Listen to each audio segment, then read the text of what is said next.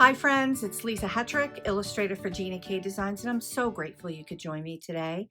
I have a really fun card tutorial today, but I wanted to pop in ahead of time and share that sometimes when we're creating our cards and our paper crafting projects, they don't always turn out the way we think they're going to turn out in our heads.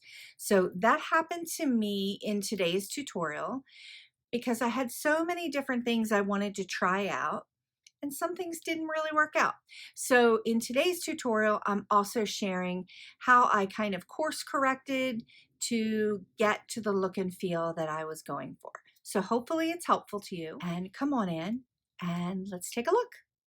Okay, so here is the card inspiration for today for the color palette and the design, but we're going to be changing it up a bit, of course. I have some distress inks because I'm going to be doing some washy-washy watercolor techniques. So I have a silver black velvet paintbrush here. You could use any paintbrush. I've got crushed olive, wild honey, spiced marmalade, and I think I'm going to use this pine needles because it has a little bit of a blue tone in it, but I'm not sure yet. And I also have the amalgam ink in jet black for my sentiment. I've got some Connect glue and just a spray bottle of water to work with the distress inks. I have my tidy towel to keep things tidy and clean along the way. And I've got two things here from Gina K because I've been kind of really loving working with these foam tapes and terrific tape to work with watercolor paper. These are really good adhesives to just kind of make sure that watercolor paper doesn't buckle and really adheres very well to my card base. So I'm loving it. I'm also going to be using Gina K's single stitched circle dies. I love this. We're going to do a little spotlight technique.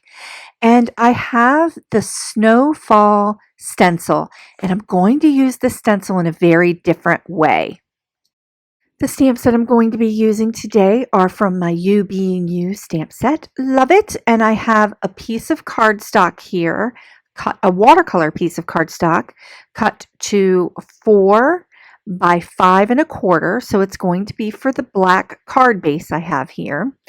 And I'm using the watercolor paper from the Bee Paper Company. That's my favorite watercolor paper to use for paper crafting projects. And all of the supplies that I'm talking about here will be listed below in the notes as usual. Okay, so this is a piece of black Onyx cardstock cut to an A2 sized card. And now we're just ready to rock and roll. So let's dive in. I have the brushstroke floral, the smaller brushstroke floral from the You Being You set, and I'm going to stamp this out 3 times across the design. And I'm going to be going back and forth from using the wild honey and the spiced marmalade color. So right now I'm using spiced marmalade, and I'm just inking up the stamp. Now I'm wetting the entire piece of watercolor paper, and because this watercolor paper is 100% cotton, it can really take a lot of water without buckling. But I want to get the illusion of the brushstroke floral being stamped on there, but just giving it that washy watercolor look and feel. I don't want it to have this perfected kind of line look from stamping it down. So I'm really just adding water, adding ink, and now I'm going to take my paintbrush and just kind of move that color a little bit more and just kind of make it go a little bit blurry around the edges and washy look and feel. Because this whole technique is to create a little bit more texture with your card project without adding a lot of weight. So to create that look and feel of texture, we have to create different layers within the one layered card. So I promise it'll all make sense as we move along. But this is a really simple way to just get that washy watercolor effect. And because the florals in the stamp set have that brush stroke look and feel already, this just kind of enhances that look and makes it really easy to create.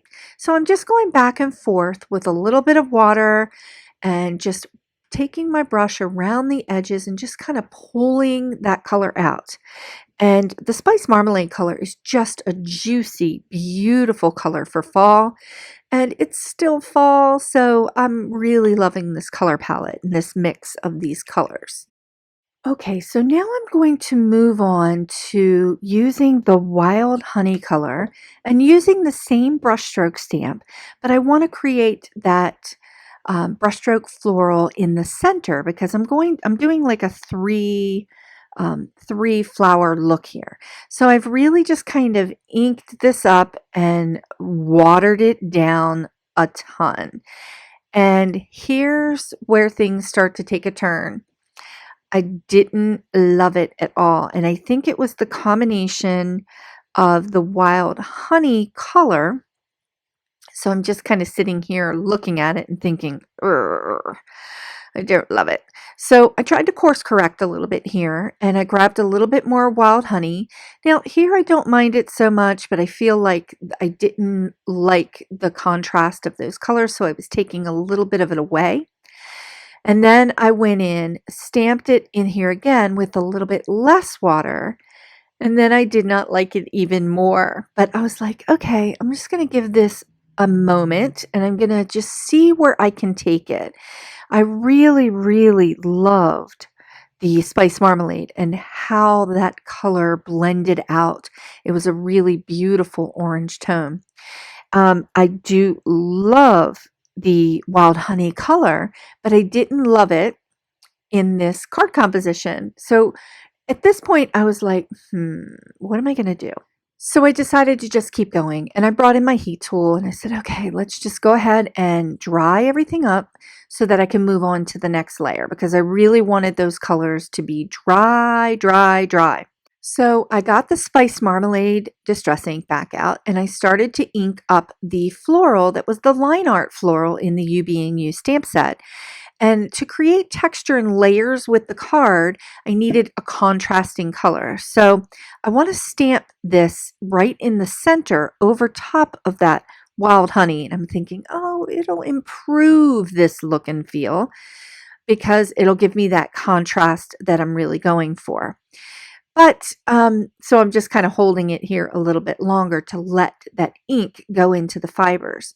And it was okay, but what I really didn't love is I wasn't getting those lights and darks that I was really trying to get by layering those two colors. So I decided to just let it dry and move on to the leaf elements and the stems to ground the three flowers to the card. So I went ahead and used the crushed olive and just inked up the stamp with the stem and the leaves and just stamped it down. So I'm going to stamp it down here 3 times and not let it be so super washy-washy like the florals are. I'm just letting it be just kind of a little bit watercolory so that you do get a definite difference in the design between what is really bright and colorful and coming forward and what is just kind of going backward and just kind of fading into the paper a little bit. So that creates a lot more layers and dimension as well. So I just kind of had hedged back and forth about using the pine needles and I decided not to use it. I just stuck with the crushed olive because I was feeling like the wild honey wasn't giving me the look and feel that I wanted, so I was just going to stick with one green. And I played around a little bit with the different stems and leaves in the You Being You stamp set, and I ended up sticking with the one that I had already stamped and just varying the height so that it created a little bit of a difference between where the petals and the stems were placed on the card. So I'm just loving the crushed olive, and I just didn't add a lot of water to this distress ink when I was stamping it because I knew that the fiber of the paper was really going to take in a lot of that color.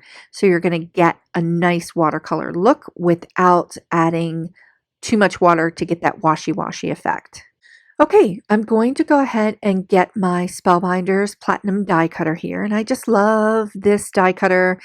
You can see that it's well loved, and I'm just going to put my sandwich together and put my put the stitched circle die down on top and just kind of position it in the center. I'm not taping it down. I'm going rogue and I'm just putting my sandwich together and running it through. And super simple. And now I've got 2 layers for my card base. And I love that single stitch. It's just the perfect little element. Okay, so now I'm doing a different sandwich here, and I'm going to layer the snowfall stencil on top of the other card part of my base. And I'm using the Spellbinders embossing plate. And I will detail what the sandwich is to create this with your stencils in the notes. But look at the texture. So I was able to use the stencil sort of as an embossing tool to create that wonky snowfall polka dot kind of texture on the card. Okay, so now I've got all the elements and I'm going to start assembling the watercolor pieces to the card base. And I'm getting out my terrific tape here and just putting a little bit on the back of the cardstock, of the watercolor cardstock, so that I can layer it right on top of the black onyx card base. I'd like to use this adhesive on watercolor paper because again, it really helps it adhere well to the card base without buckling, because watercolor paper is a lot thicker than our layering weight cardstock. So loving it. I'm just going to layer this right on here. And this is going to be our first layer, but it's got a lot of texture already because of the stencil and using the stencil as an embossing element. I love that. Okay, so now I'm going to take some foam tape and just add it to the back of my stitched circle element and line up the leaves and the stems and just have it just kind of pop that up there. And it's going to be super, super cool. I love that I can just tear this off, add a little bit to the back, and I don't have to like gum up my scissors because I won't clean my scissors. It's a fact. So it's kind of cool that I can just tear that off and add it to the back of an element and just stick it right on the card. So super easy to line up, and we've got a little bit of height without a ton of dimension. Okay, so here is where I'm course correcting. I really don't love the way the center flower looks with the spice marmalade layered over top of the wild honey. So I thought I could add a little bit of gouache watercolor, and gouache is an opaque watercolor. Now you could use an acrylic paint, you could use anything that you want that will give you kind of this opaque look. But I wanted to use gouache because depending upon how much water I add to it, I can still preserve some of that translucency that you get from the watercolor underneath here that I created with the Distress inks.